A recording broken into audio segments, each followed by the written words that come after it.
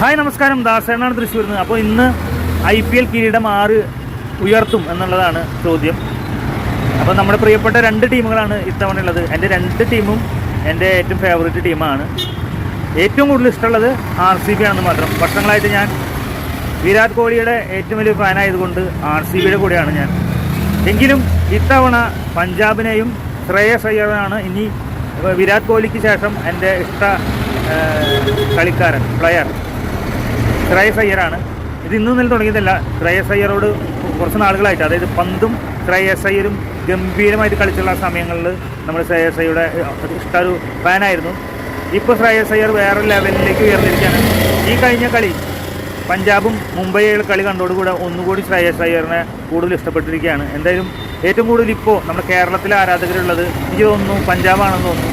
പലയിടത്തും പഞ്ചാബിനെ സപ്പോർട്ട് ചെയ്തിട്ടാണ് പലരും എഴുതിയുള്ളത്.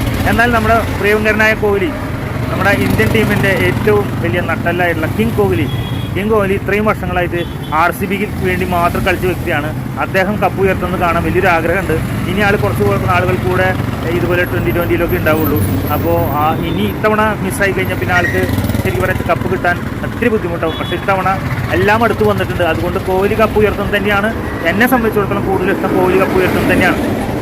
ഇനി അതല്ല ശ്രേയസ് അയ്യർ കപ്പ് ഉയർത്തിയാലും വിഷമമൊന്നുമില്ല. കാരണം അത്ര ഇഷ്ടമുള്ള രണ്ടാമത്തെ കളിക്കാരനാണ് ശ്രേയസ് അയ്യറാണ്. ഇനി നമ്മൾ കോഹ്ലിക്ക് ശേഷം നമ്മൾ അദ്ദേഹത്തിൻ്റെ ഫാനാണ്. അപ്പോൾ വിരോധമൊന്നുമില്ല. എങ്കിലും എൻ്റെ ഏറ്റവും വലിയ ആഗ്രഹം RCB അല്ലെങ്കിൽ വിരാട് കോഹ്ലിയുടെ ടീം RCB കപ്പ് ഉയർത്തട്ടെ എന്നാണ്. നിങ്ങളുടെ അഭിപ്രായം പറയുക. രണ്ട് ഗ്രൂപ്പും രണ്ട് ടീമും അതിഗംഭീരമായ പെർഫോമൻസ് കാഴ്ചവെച്ചിട്ടാണ് ഈ ഫൈനൽ വരെ എത്തിയത്. കഴിഞ്ഞ എന്താ പറയുക, പഞ്ചാബ് വേഴ്സസ് RCB ഗംഭീര കളിയായിരുന്നു. ഏകദേശം 10 ഓവറിൽ തന്നെ ബാംഗ്ലൂർ ജയിച്ച കളിയാണ്, RCB ജയിച്ച കളിയാണ്.